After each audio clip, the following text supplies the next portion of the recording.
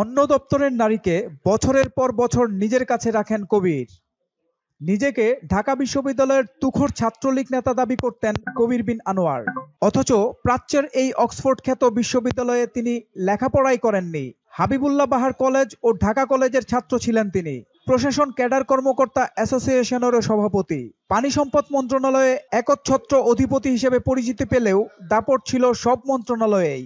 যা বলতেন তাই আদায় করে নিতেন। পানি সম্পদ মন্ত্রণালয় সূত্র জানায়, পদ পদবি না থাকলেও পানি উন্নয়ন বোর্ডের অন্য একটি দপ্তরে কর্মরত এক নারীকে বিশেষ ভারপ্রাপ্ত কর্মকর্তা হিসেবে পোস্টিং দিয়ে নিজের কাছে রাখেন কবির। ওই নারী পানি সম্পদ মন্ত্রণালয়ের তৎকালীন সময়ে একজন ক্যাডার কর্মকর্তার স্ত্রী ছিলেন। লাইলা সানজিদা নামের ওই নারীকে অ্যাসাইনমেন্ট অফিসার পদ দিয়ে বছরের পর বছর নিজের দপ্তরে সংযুক্ত রাখেন, যা ছিল নজিরবিহীন। প্রধানমন্ত্রীর কার্যালয়ে 2012 সালের 9 ফেব্রুয়ারি থেকে 2015 সালের 5 এপ্রিল পর্যন্ত যুগ্ম সচিব হিসেবে প্রধানমন্ত্রীর কার্যালয়ের পরিচালক থাকা অবস্থায় তার ক্ষমতা প্রকট হতে থাকে। ওই বছরের 7 এপ্রিল অতিরিক্ত সচিব পদে পদোন্নতি নিয়ে ওই দিনই তাকে পুনরায় প্রধানমন্ত্রীর কার্যালয়ের মহাপরিচালক করে পদায়ন করা হয়। 2018 সালের 14 মার্চ পর্যন্ত টানা 6 বছরেরও বেশি সময় ছিলেন প্রধানমন্ত্রীর কার্যালয়ে।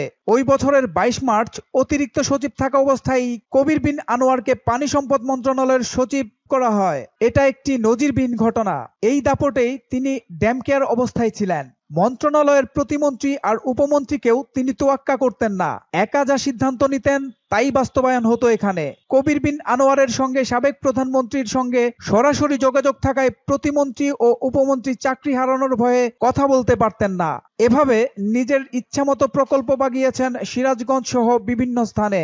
আওয়ামী লীগের তকমা লাগিয়ে যে কজন আমলা থেকে শত শত কোটি টাকা বাগিয়ে নিয়েছেন তার মধ্যে কবির বিন আনোয়ার অন্যতম।